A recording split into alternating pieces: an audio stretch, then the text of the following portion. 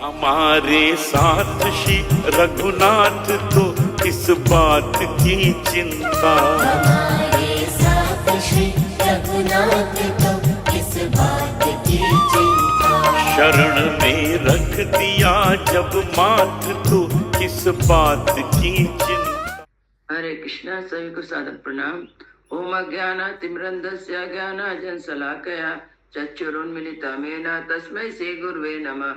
नमो विष्णुपादाय कृष्णपृष्ठाय भूतले श्रीमते भक्ति वेदांत स्वामिने इति नाम्ने। नमस्ते सरस्वते देवी गौरवाणी प्रचारिणे निर्विशेष शून्यवादी पाश्चात्य तारिणे। हे कृष्ण करुणा सिंधु दीन बंधु जगतपते गोपीश गोपिका कांता राधा कांता नमस्तुते। तप्त कांचन गौरांगी राधे वृंदावनेश्वरी विश्वानुसुते देवी प्रणमामि हरि प्रिय। हरे कृष्ण कृष्ण कृष्ण हरे हरे, हरे राम राम राम हरे हरे। शिला प्रभुपाद की जय।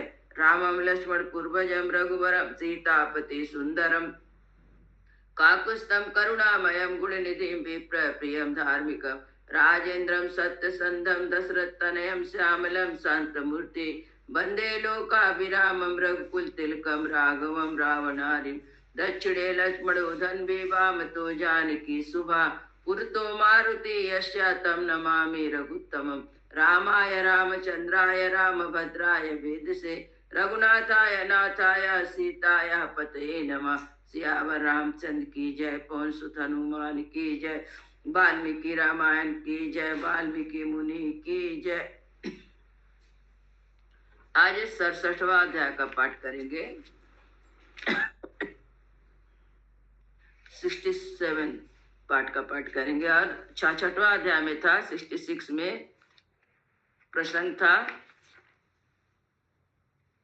कि श्री राम लक्ष्मण सहित विश्वामित्र जी को जनक जी अपने महल में बुलाते हैं और शास्त्रीय विधि के अनुसार मुनि और उन दोनों राजकुमारों का पूजन करके तब जनक जी ने कहा कि मैं आपका क्या सेवा करूं महर्षि, आप मुझे आज्ञा दीजिए, मैं आपकी क्या सेवा करूं, क्योंकि मैं आपका आज्ञा पालक करने वाला दास हूं। तब उन्होंने कहा, तब विश्वामित्र जी ने कहा कि आपका कल्याण हो, वह धनुष इन्हें राम और लक्ष्मण को धनुष दिखा दीजिए ताकि इनकी इच्छा पूरी हो जाए। फिर दोनों राजकुमार धनुष दर्शन मात्र से संतुष्ट होकर अपनी राजधानी को लौट जाएंगे। राजा जनक ने फिर कहा कि किस उद्देश्य से यहाँ धनुष रखा हुआ है, उसका मैं सब वृतांत बताता हूँ। तब कहने लगे, निमि के ज्येष्ठ पुत्र राजा देवराज जो थे, निमि राजा थे, उनके जो पुत्र देवराज थे, उन देवराज को भगवान शंकर ने धनुष उनको धरोहर के रूप में रखने के लिए दिया था।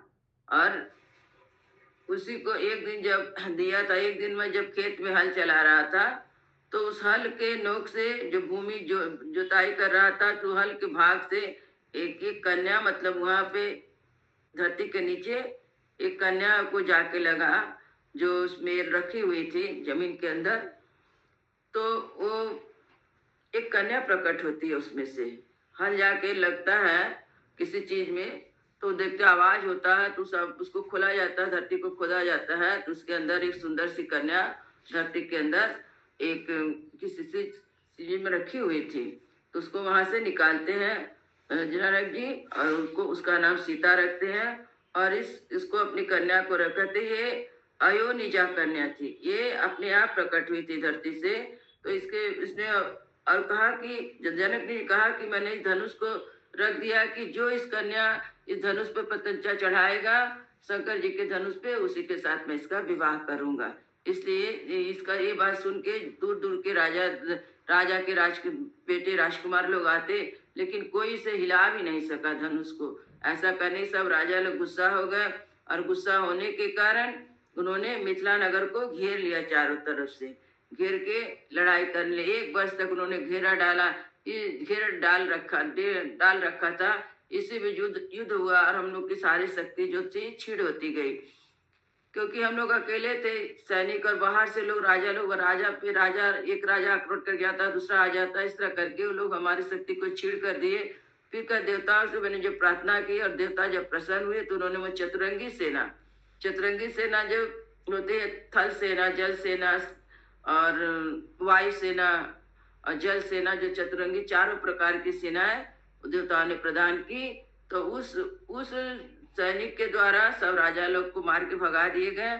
और यदि राम इस धनुष पर प्रत्यंचा चढ़ा दे तो मैं अपनी बेटी सीता का ब्याह दशरथ कुमार के हाथ में, दशरथ कुमार के साथ कर दूंगा। ऐसा जनक जी विश्वामित्र से कहते हैं। आगे के अध्याय में हम देखते हैं क्या होता है। श्री राम द्वारा धनुष भंग तथा राजा जनक का विश्वामित्र की आज्ञा से राजा दशरथ को बुलाने के लिए मंत्रियों को भेजना। जनकस्यावचा श्रुत्वा विश्वामित्रो महामुनि धनुर्दर्शयाय रामा इति होवाचा पार्थिवम्। जनक की बात सुनकर महामुनि विश्वामित्र बोले, राजन आप श्री राम को अपना धनुष दिखाइए। तथा सा राजा जनका सचिवान व्याधि देशा धनुरानियताम दिव्यम गंधमालनुलेपितम। तब राजा जनक ने मंत्री को आज्ञा दी, चंदन और मालाओं से सुशोभित वह धनुष यहाँ ले आओ। जनकेना समादिष्टा सचिवा प्रविशं पुरा तद्धनुपुरता कृत्वं निर्जगुमुअमित तौजसा। राजा जनक की आज्ञा पाकर अमित तेजस्वी मंत्री नगर में आए। उस धनुष को आगे करके पुरी से बाहर निकले। निडाम सतानी पंचाशत व्यायतानानां महात्मनां मंचूसाम अष्टचक्रां ताम समूहते कथंचना। वह धनुष 8 पहियों की लोहे की बहुत बड़ी संदूक पे रखा गया था। उसे मोटे ताजे 5000 मनस्वी वीर किसी तरह ठेल कर वहां तक ला सके। मतलब इतना भारी धनुष था। ये 8 पहिया वाला संदूक था, घर सरकने वाला, उसमें 8 पहिया लगा था और मोटा ताजा मन 5000 सैनिक जो थे उसको ठेल रहे थे। ठेल के तब वो संदूक को लाए। तामदाय सुमंजुष्माया सीम्यत्र तद्धनु सुरोपमाते जनकमुचु नृपति मंत्रिणाम। लोहे की वह संदूक जिसमें धनुष रखा गया था लाकर उस मंत्रियों ने राजा जनक से कहा, इदम धनुवरम राजा पूजितम सर्वराजभिः मिथिलाधिपा राजेंद्रम दर्शनीय यदिच्छसि। राजन मिथिलापति राजेंद्र या समस्त राजाओं द्वारा सम्मानित श्रेष्ठ धनुष है। यदि आप इन दोनों राजकुमार को दिखाना चाहते तो दिखाइए। तेषां निपोवचा श्रुत्वा कृतांजलिरभासता विश्वामित्र महात्माना तावुभो राम लक्ष्मण। उनकी बात सुनकर राजा जनक ने हाथ जोड़कर महात्मा विश्वामित्र तथा दोनों भाई श्री राम और लक्ष्मण से कहा, इदम धनुर्वरम ब्रह्म जन्य के ही भी पूजितम राजभिश्च महावीर्य शक्ति पूरितम। तथा ब्रह्मन या वैसे धनुष है जिसकी जनक वंशी नरेशों ने सदा पूजा किया है, जो इस उठाने में समर्थ ना हो सके।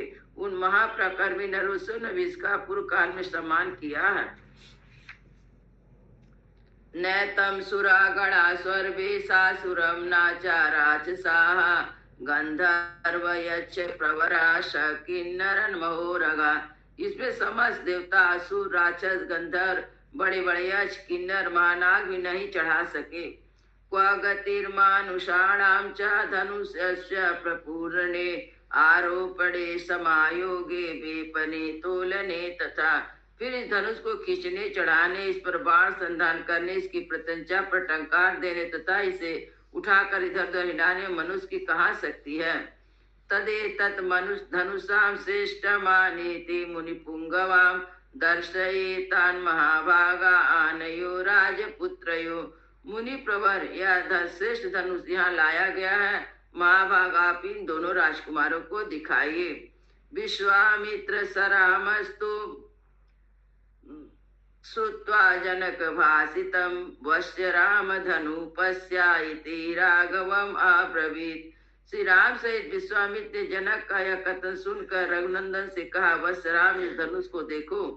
महर्षे वचानाद रामो यत्र तिष्ठति तद्धनु मंजूषाम ताम मापृत्वाम दृष्ट्वाम धनुरथाम अभृत।